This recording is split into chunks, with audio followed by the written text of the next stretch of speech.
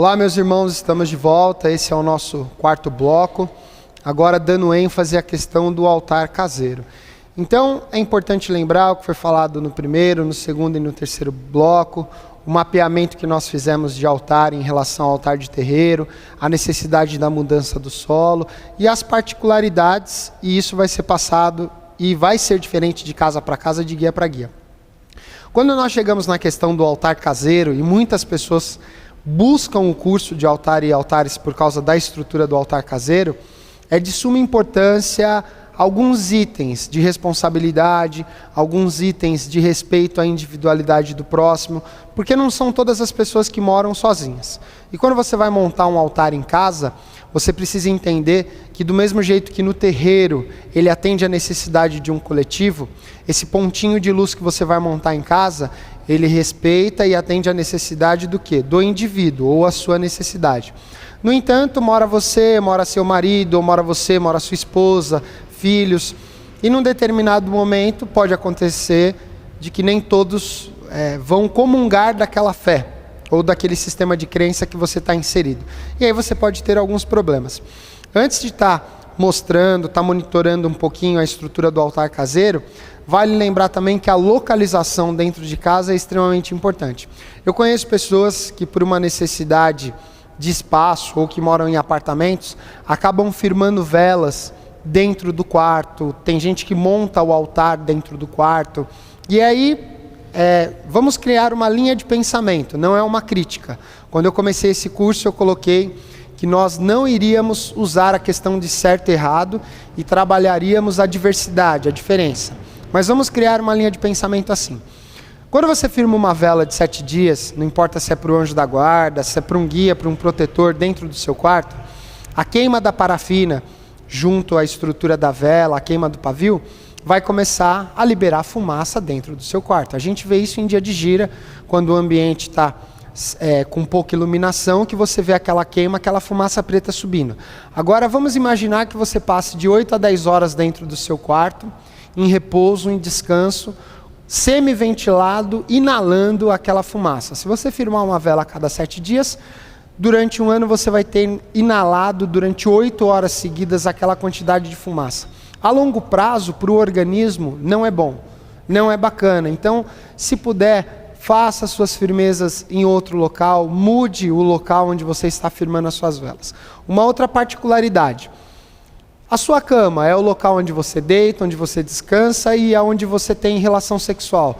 Não estou tratando sexo como pecado, mas você tem ali o seu oratório, que é onde você faz as suas firmezas, onde você se concentra, onde você se medita. E aí na hora da relação, o que você faz? Joga o pano branco e fala para todo mundo fechar o olho.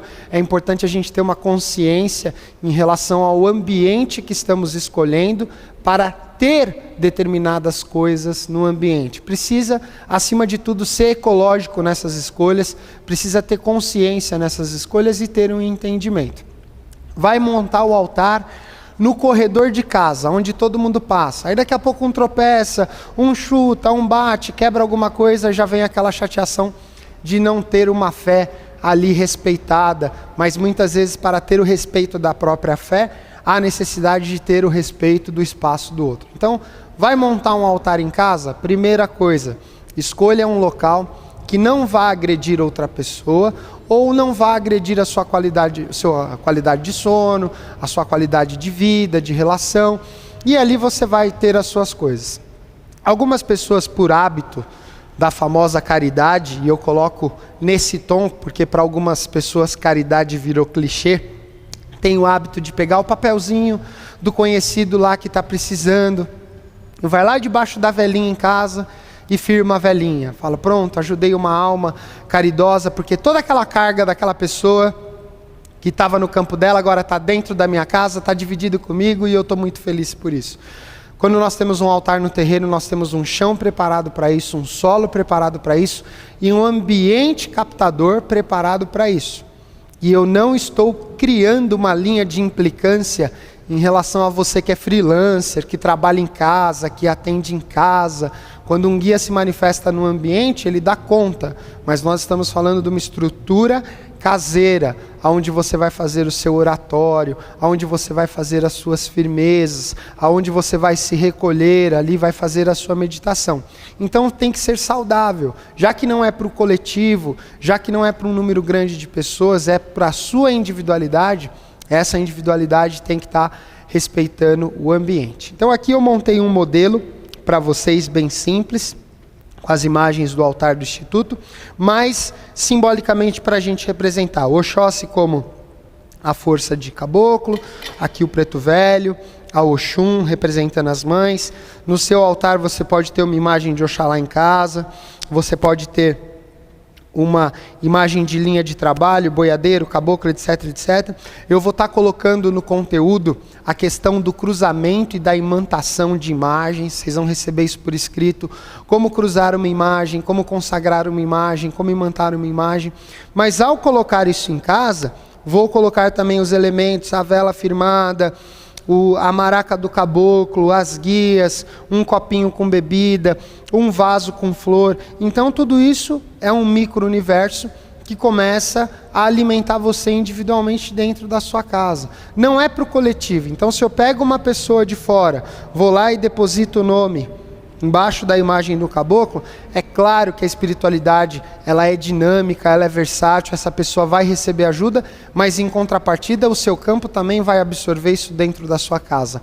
E a casa precisa ter a conotação de lar, de descanso, de repouso, de tranquilidade. Então é muito melhor nós criarmos uma outra linha e uma nova linha de pensamento para que o altar que você tem na sua casa seja um ponto luminoso, de sustentação, para você, e que não lhe traga problemas.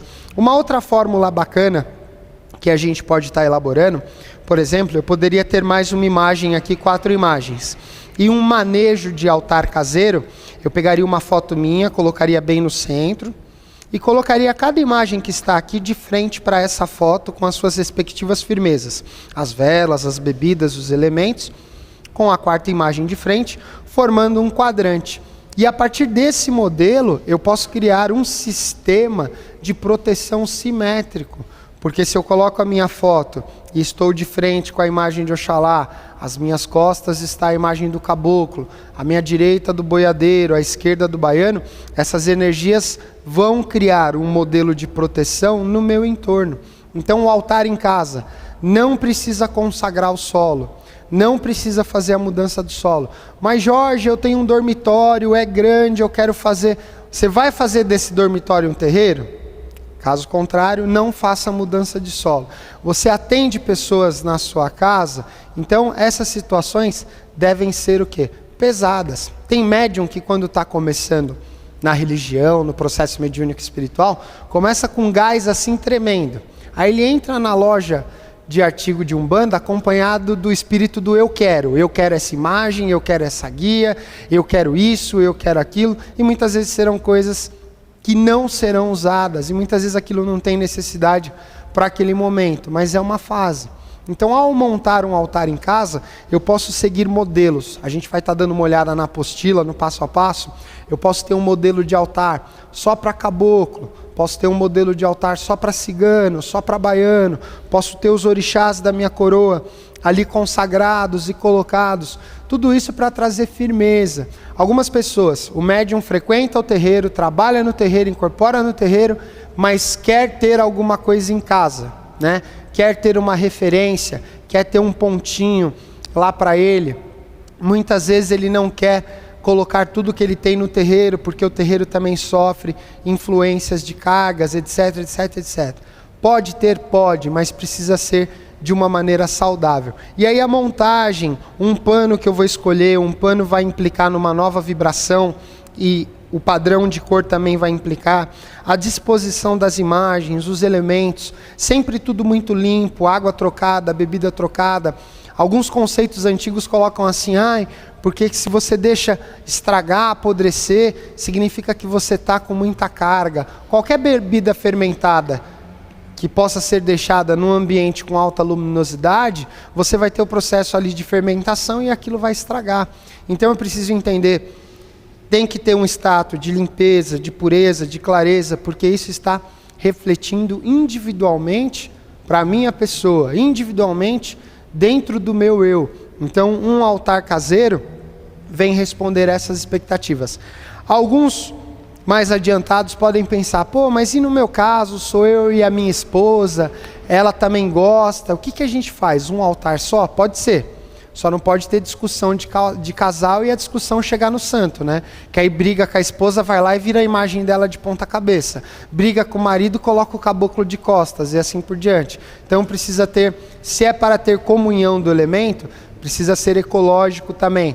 Precisa ter bom senso na hora de mexer. Você vai estar lidando energeticamente com coisas que pertencem ao outro. Nesse bloco, emendando a questão do altar terreiro e o altar caseiro, nós temos dentro da Umbanda a estrutura do Otá, que é a pedra de fundamento.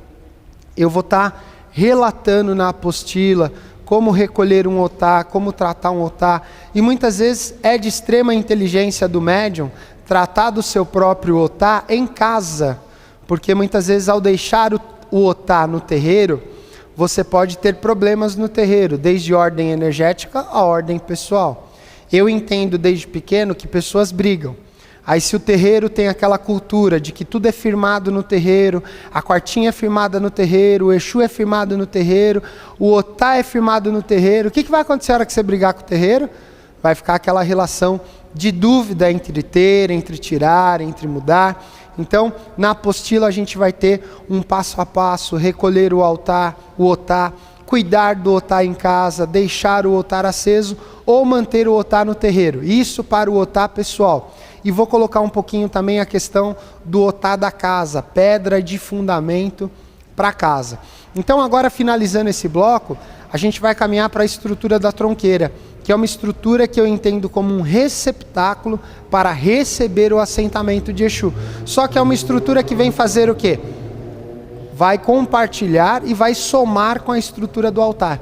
E aí há todo um universo, um diferencial, o que pode, o que não pode, onde colocar, a questão de Exu fora, Exu dentro, com sangue, sem sangue, tudo isso para a nossa próxima aula. Então quero agradecer a todos vocês, a nossa primeira aula.